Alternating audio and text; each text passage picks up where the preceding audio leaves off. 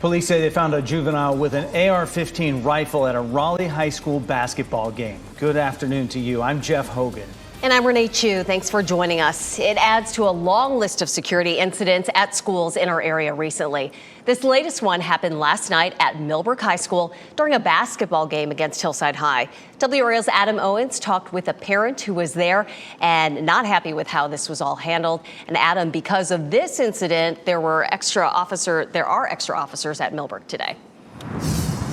Yeah, we are told there is extra security at the high school today, Renee, and I can see behind me just beyond this fence here, there's actually an RPD vehicle parked just outside one of the entrances. As you mentioned earlier this morning, I also talked with a parent who had some questions. A lot of people may have this today.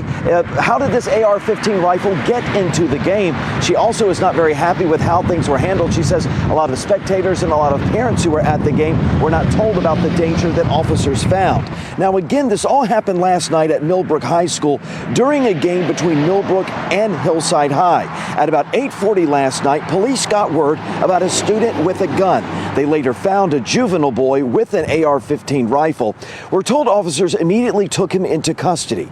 Earlier this morning, I did speak to that parent who says she was in the crowd. She says the game was allowed to continue despite that gun being found. At one point, she tells me, parents were asked to stay put in the stands, but with no information about what was going on.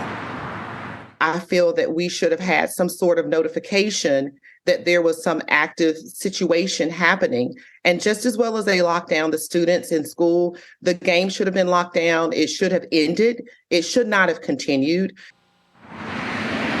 And this is what we know about that juvenile police say they found with the gun. We are told he is not a Millbrook High School student. We're working to find out if he was a student from another school.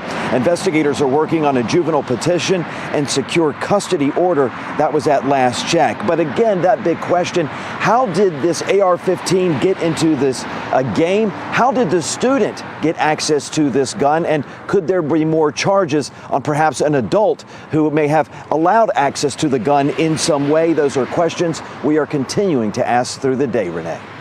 And we await the answers. Adam Owens, live at Millbrook.